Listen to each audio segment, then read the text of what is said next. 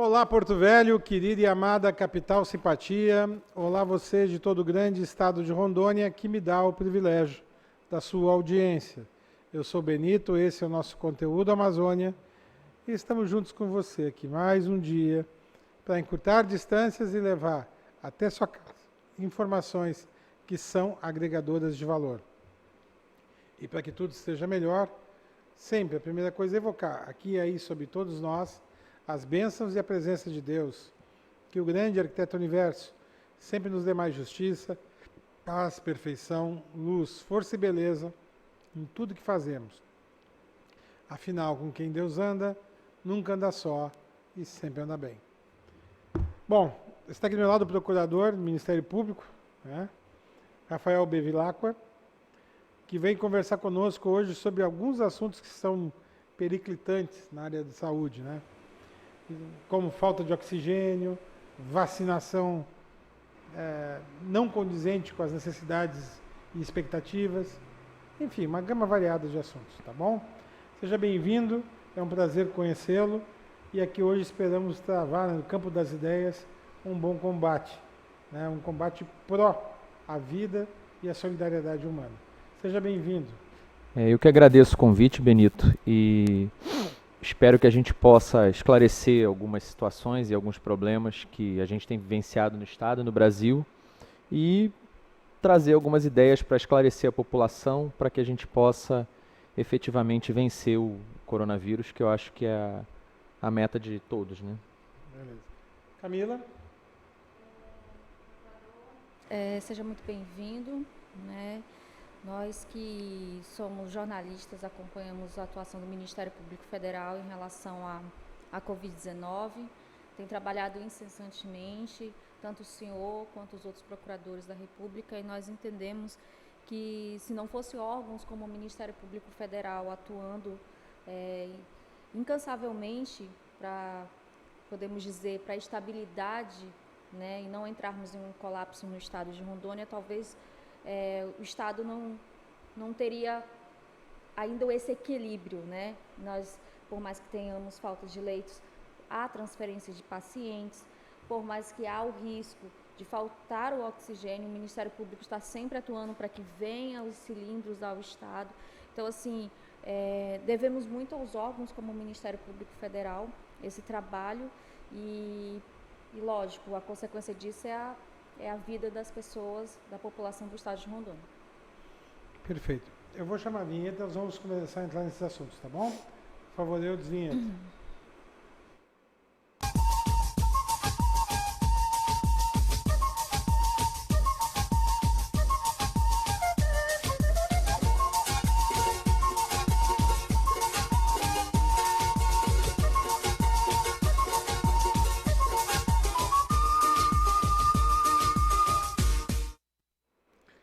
Bom,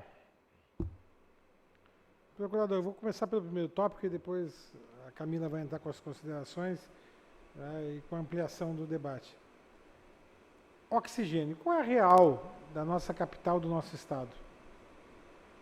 Bom, eu achava importante a gente trazer um breve histórico do que aconteceu na demanda de oxigênio.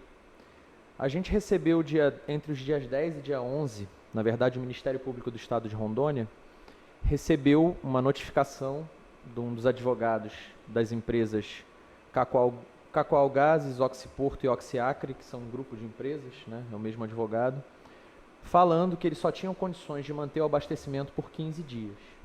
Essa empresa não abastece todo o estado, nem todos os municípios de Rondônia.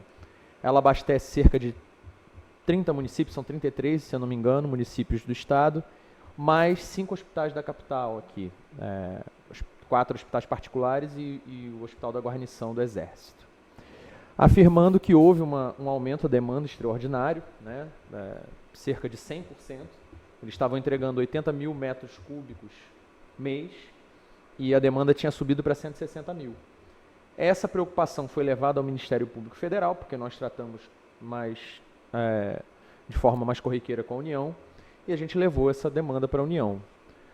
Durante um tempo, a gente ficou aguardando a resposta da União, até que ela trouxe a notícia de que conseguiria garantir esses 80 mil metros cúbicos adicionais, além daquilo que a empresa já vinha fornecendo, requisitando oxigênio de Manaus, produzido pela White Martins, e trazendo via aérea. Não seria possível via terrestre, que seria um meio mais desejável, já que a gente tem ligação terrestre com o resto da federação, porque todos os caminhões-tanques estariam ocupados. A White Martins cederia 2 isotanques de 6 mil metros cúbicos a capacidade, só que quando você transporta via aérea, eles só conseguem 5.400, porque como os gases expandem no ar, ele não consegue ocupar, e se tivesse tudo cheio, poderia ter o risco de explosão do isotanque. E aí trouxeram só 5.400, prometeram segunda, quarta e sexta, e a primeira remessa chegaria numa quinta, só que ela não chegou numa quinta, né? Chegou numa sexta e com menos do que havia prometido. Eles haviam dito que seriam 6 a 7 mil, só que não tinham relatado esse problema técnico dos 5 mil. Chegou só a 5 mil.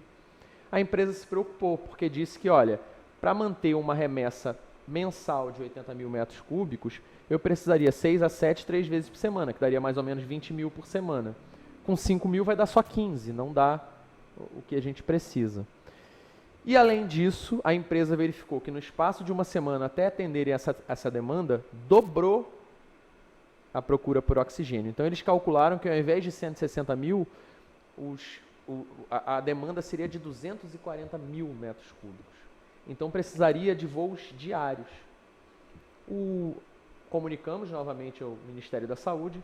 O Ministério da Saúde equacionou, todos os dias da semana receberíamos 5.400, daria 37.800, 39, 38, e a empresa disse que, ok, daria para segurar com esse quantitativo.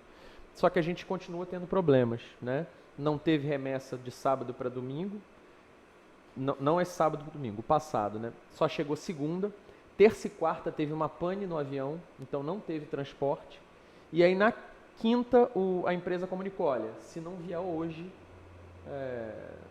a gente não vai ter oxigênio amanhã. E aí foi o que motivou a gente a ajuizar a ação civil pública para garantir que esse abastecimento não fosse interrompido.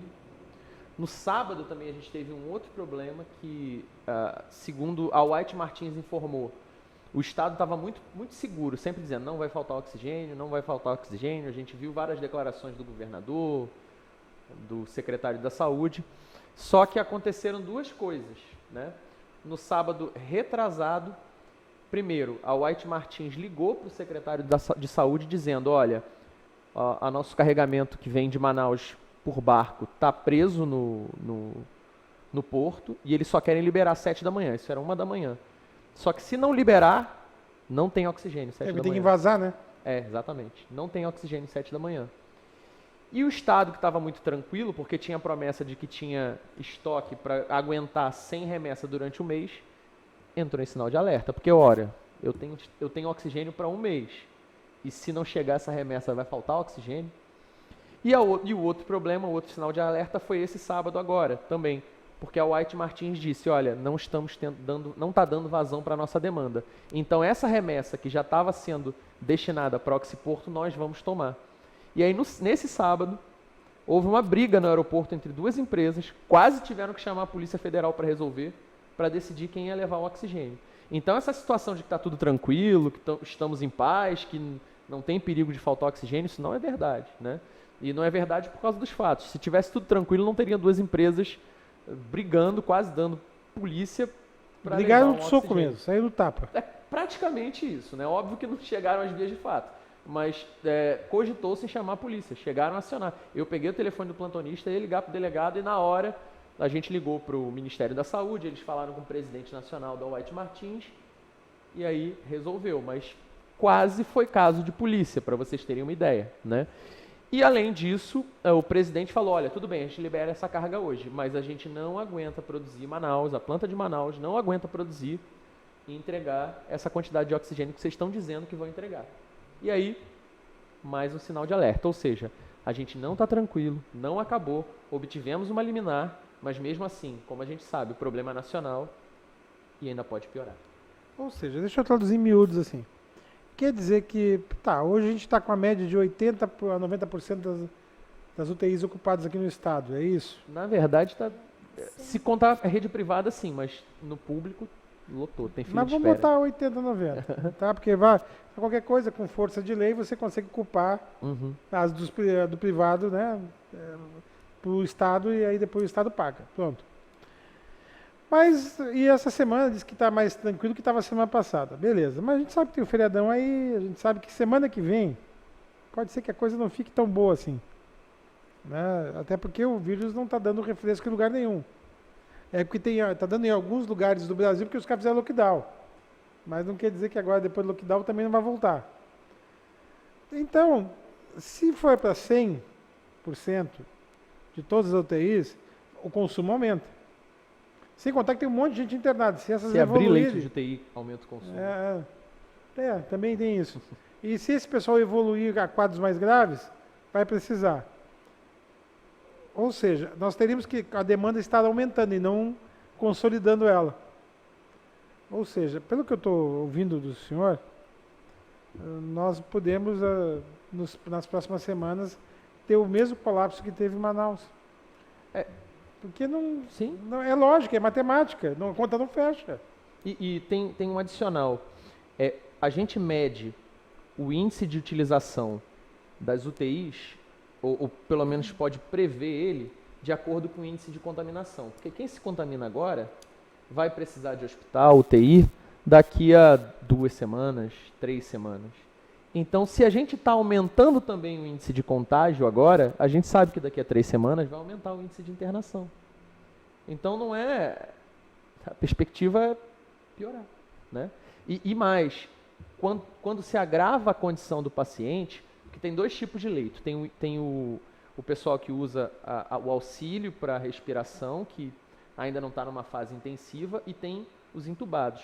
Quando você está só recebendo auxílio para respiração, um cilindro de oxigênio pode suportar 3 dias uma pessoa, né? Só um percentual você auxilia na oxigenação. Agora, quando ele está entubado, 10 horas vai um cilindro, né?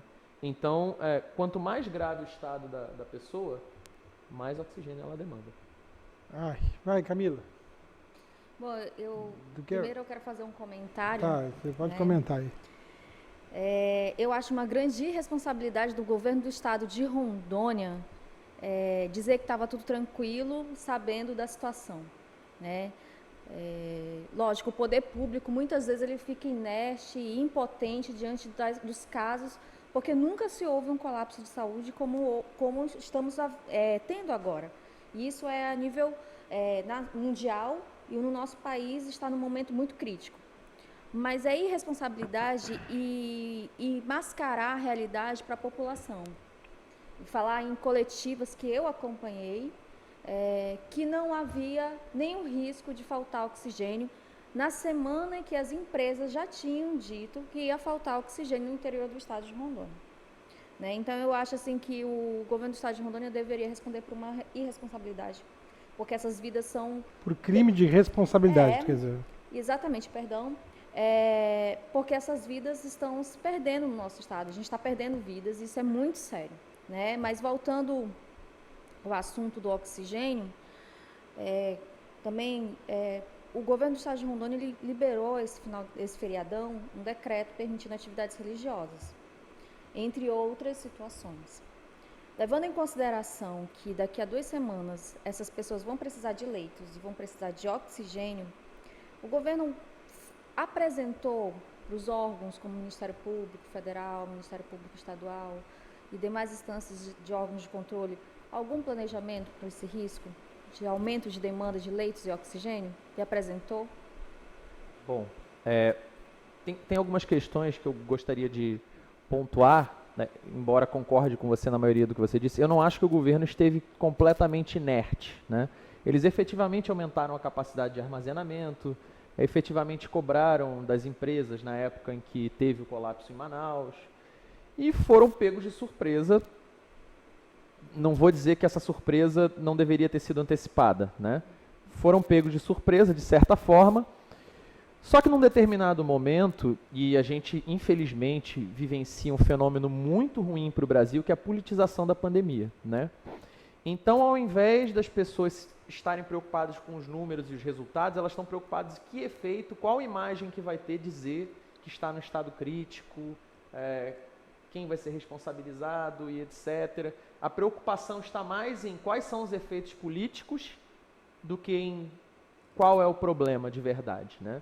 Então, infelizmente, a gente vive isso. Sobre a apresentação do planejamento, e aí eu tenho que valorizar o trabalho de 2 órgãos de controle também. Um é o MPT, e o MPT tem disponibilizado fundos de acordos trabalhistas que fazem para a compra de máscaras, equipamentos. Inclusive tem 50 concentradores que foram... Concentradores são equipamentos que substituem os cilindros para casos menos graves. Então o que acontece? É como se você tivesse um cilindro que não precisa ser trocado, porque ele cria o próprio oxigênio do ar.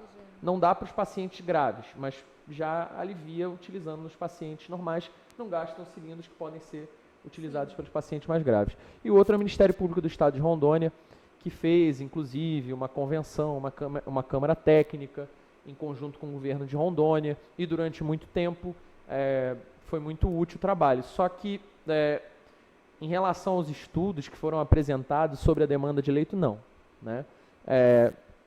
O governo do Estado de Rondônia, e aí, infelizmente, e isso é um problema que eu atribuo a outras coisas também, mas também a isso.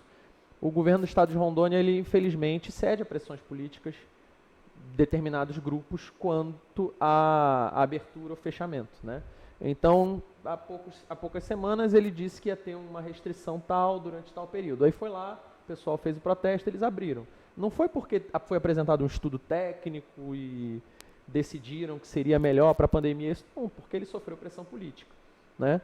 E a mesma coisa agora, dificilmente eles apresentariam algum estudo técnico para dizer, olha, não pode se reunir mais de 6 pessoas, mas pode ter culto. Então, não faz muito sentido a lei, né? O decreto.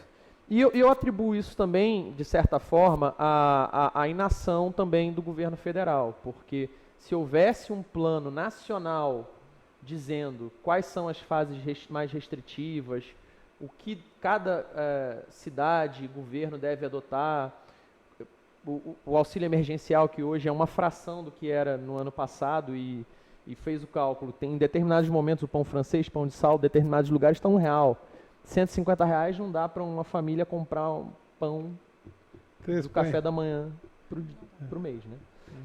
Então, não tem auxílio emergencial e não tem um plano centralizado. Então, isso deixa os governos locais completamente à mercê da pressão dos poderes locais, ainda mais Rondônia, que é um estado pequeno, né? O governador é conhecido das pessoas, então ele é muito suscetível à pressão local. Então ele tem essa culpa por ceder à pressão local, mas também existe uma culpa maior de não existir um plano nacional que diluiria essa responsabilidade. Olha, não é o governador, não é o prefeito tal que está ali na esquina que está fazendo isso. Não é uma coisa que ele tirou da cabeça dele, né? É algo que está sendo adotado mundialmente, que o Brasil está adotando, mas para a pessoa que mora aqui parece que é uma coisa, uma loucura da cabeça do prefeito, uma loucura da cabeça do governador, e não é, né? Tá. Eu vou chamar um intervalo comercial, mas antes eu quero deixar um gancho para o próximo bloco. Vencido o ponto oxigênio, eu quero falar de vacina. Por que, por exemplo, nosso estado está em último lugar no ranking de vacinação? E ao mesmo tempo, o que significa, né, as prioridades? Porque eu entendo como prioridade para se discutir vacinação, né, você discutir setores da segurança pública, você discutir apenados, né? Mas isso tudo no próximo bloco, tá bom? Eu vou fazer uma introdução e a gente conversa. Então é jogo rápido, é num A, outro cá.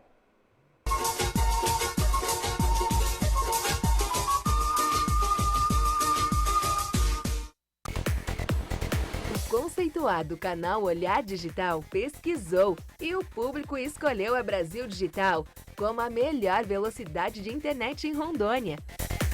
Somos Top One, a número 1 em velocidade.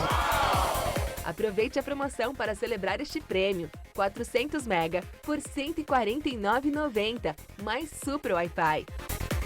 Brasil Digital, você conectado.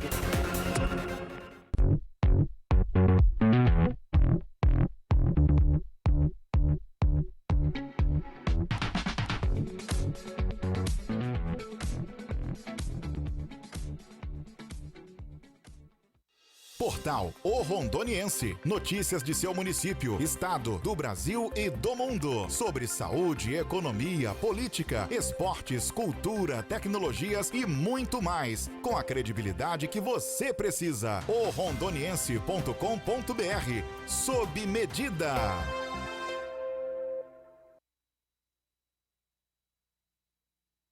Você precisa cuidar da sua saúde. Está sem plano e cansado de ter que esperar? Venha para a Sol Saúde, próximo à Praça da Pirâmide, com as principais especialidades médicas, exames laboratoriais, com toda a atenção e agilidade que você precisa. Afinal, saúde é coisa séria, não é mesmo? Sol Saúde, atendimento popular para toda a família. 3213-0163. E estética Mãos de Fada. Depilação, designer de sobrancelha, extensão de cílios, limpeza de pele, clareamento íntimo, axilas e tratamento para a estria. Avenida 7 de Setembro, 6158, bairro Igarapé.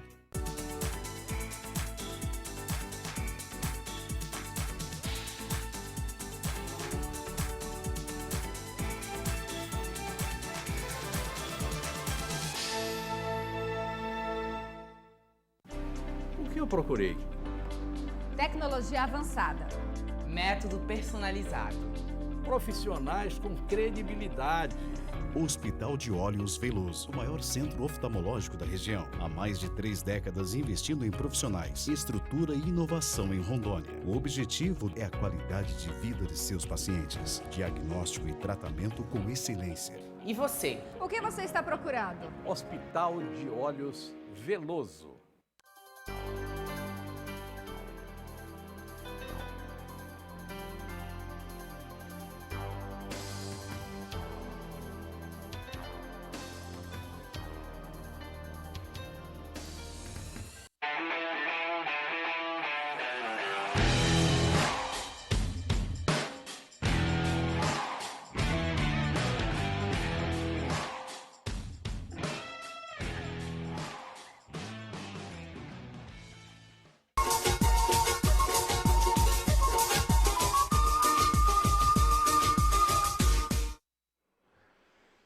Volta com o procurador Bevilacqua. Vacina. Por que a gente está em último lugar? Se a distribuição era paritária, né? Aí tá. Aí tu vê que os dois estados que estão com melhor resposta ao Covid, que é Roraima, recebeu uma carga imensa de vacina que foi errada, que ia para Manaus e foi para eles usaram, não deram satisfação e não mandaram de volta. Acho que foi o Amapá. Foi o Amapá também, né? Tá, não, então tá. Mas eles receberam. Proporcionalmente, eu lia os proporcionais, eles e o Acre receberam maiores que Rondônia. Então, óbvio que se lá ainda tem pouco povo, 800 mil habitantes, a vacina mais rápido, tem um melhor controle. Agora, sim, aqui não justifica. Nós estamos com esse pouquinho de gente vacinada e, ao mesmo tempo, quero discutir a questão da vacinação dos presos. As pessoas não entendem que eles são tutelados do Estado. E que se ele adoece, ele vai para a UTI, ele vai para a UTI junto com os outros. Ele vai lá, ele tira mais um da UTI também. Então, quanto mais você fazer a barreira de contenção dentro do presídio, melhor é. Mas eu não quero falar do assunto, eu quero que o senhor nos comente a respeito do porquê chegamos nesse ponto. Bom, a gente já questionou também ao governo federal essa remessa desigual, né? E recebemos a resposta, via ofício, que 5% de todas as vacinas que o Brasil comprava constituíam uma reserva emergencial que seriam destinadas aos estados mais afetados. E aí colocaram o Amazonas, provavelmente por conta do colapso do oxigênio, o Acre e alguns outros estados que, enfim, a gente não sabe exatamente o critério, né? Eu acredito que, por não ter um critério específico de apresentação, acaba sendo um critério mais político, quem grita mais, onde dá mais problema, quem está mais reclamando. Porque Rondônia, se a gente for avaliar, ele tem, como você adiantou, o pior índice de vacinação, né? O último lá no ranking, lanterninha, e ao mesmo tempo um dos 3 piores índices de ocupação de leitos de UTI e uma das maiores mortalidades do Brasil. Então, qual o critério? Por que vacina-se mais lá e não aqui? A gente vai tentar, obviamente, solicitar a Câmara Técnica, mas realmente, no nosso entender, não faz sentido a distribuição de vacinas como ela é hoje. Só comenta rapidamente da importância de vacinar os apenados e a comunidade carcerária que envolve os policiais penais também. Claro. Além do critério econômico, as pessoas têm que entender. Todo preso ele é tutelado do Estado. A vida dele é responsabilidade do Estado. A pessoa não pode ir viva e sair de lá morta, ainda mais se for por ação ou omissão do Estado. Então, ele vai receber uma indenização. Se ele morre lá assassinado ou de Covid ou de qualquer outro motivo por omissão do Estado, ele vai receber uma indenização. Isso é um critério econômico.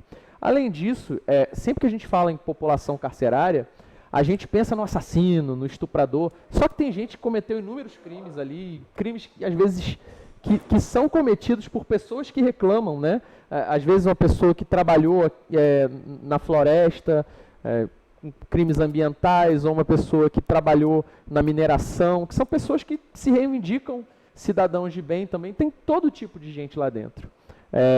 Tem um poeta russo, chama Fyodor Dostoiévski, que ele dizia o seguinte: a gente mede o grau civilizatório de uma sociedade de acordo com a forma como a gente trata a sua população carcerária. Então, não faz sentido em nenhum aspecto que seja econômico, seja cultural, seja civilizatório, achar que eles não merecem, né? Óbvio, a gente discutir se os profissionais de segurança pública têm que receber primeiro ou não é uma discussão válida. Eu acho que tem que ser concomitante, mesmo porque eles são expostos da mesma forma, eles não podem voltar para casa. Mas dizer que eles não precisam ou têm que morrer com perdão, uma falta de inteligência em todos os aspectos que você avaliar. Eu te fiz o comentário porque a gente vê de tudo, né? A gente está conhecendo um Brasil que a gente acreditava que podia existir, não é nem que sabia que existia.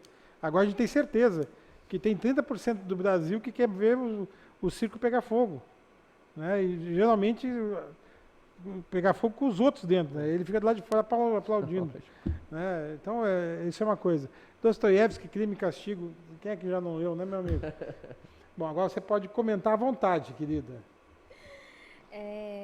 Procurador, eu queria saber quais são os canais que a população pode utilizar para caso de algumas denúncias em relação a falta de leitos ou falta de oxigênio, coisas esporádicas que podem procurar na esfera federal, né, do Ministério Público Federal. E queria que o senhor explicasse um pouquinho também uma outra coisa que não foi da sua competência, mas caiu no Ministério Público Federal, a relação dos leitos hospitalares dos hospitais particulares. Se eu não me engano, eles foram comunicados quase 6 meses antes que poderia haver um colapso, a falta de leitos nessas clínicas, e eles acreditaram que não iam chegar nesse ponto, né? Tem que ser ninja, tá? Tem 1 minuto e meio só. Não, é bem tranquilo. Ó, sobre os canais de comunicação, a gente tem o site, a Sala do Cidadão, www.mpf.mp.br. Casos individuais a gente não atende, normalmente ou a Promotoria da Saúde do Ministério Público do Estado de Rondônia ou as defensorias públicas da União e da Rondônia, da União e do Estado de Rondônia, que trabalham muito bem com esse assunto. Sobre os hospitais e clínicas particulares, a gente tem a Promotoria do Consumidor, né, que trata especificamente disso, porque, na verdade, às vezes os hospitais particulares eles são empresas privadas, então eles querem maximizar o lucro e diminuir o prejuízo. E atender uma quantidade extraordinária de pessoas a um custo elevado, pagando um plano de saúde que não é tão caro assim, eles se recusam a fazer esse tipo de tratamento. E o que a gente faz é tentar fazer que as obrigações sejam cumpridas e que eles elevem o número de leitos. Quando eles elevam o número de leitos, infelizmente eles têm prejuízo, mas isso faz parte da atuação de saúde. Quem trabalha com saúde tem um ônus, não é só para obter lucro. E nesse momento de pandemia, todo mundo, seja o órgão público, seja o ente privado, que trabalha com saúde, tem que ter seu ônus e tem que atender a população na hora que mais precisa. Concluindo, Camila. Eu quero agradecer a sua participação. Fica o convite para outras oportunidades para a gente debater as ações do Ministério Público Federal e que o Estado de Rondônia consiga, né, diminuir os casos e que a gente possa voltar à estabilidade e que a gente possa se livrar dessa doença. Muito obrigado pela entrevista elucidativa, tá? Foi bem elucidante a nossa conversa aqui hoje. E eu espero poder contar com você aqui mais vezes. E somos parceiros, tá bom? O programa está aí nas suas mais variadas janelas, os 4 canais de TV que ele veicula no YouTube, para divulgar as coisas positivas que são em prol da população, ainda mais nesse momento de guerra que o Brasil atravessa. Tá bom? Muito obrigado, tá bom? Eu agradeço mais uma vez o convite. Sempre quiser chamar, a gente volta aqui para esclarecer a população. E espero que a gente passe por esse momento ruim e finalmente possa haver uma luz no final do túnel. Assim seja. Por hoje é só, pessoal. Que o grande arquiteto universo continue descobrindo a todos com sua luz, sua vida, seu amor. E eu te encontro aqui com certeza no próximo programa. Foi um privilégio ter estado com vocês. Até lá.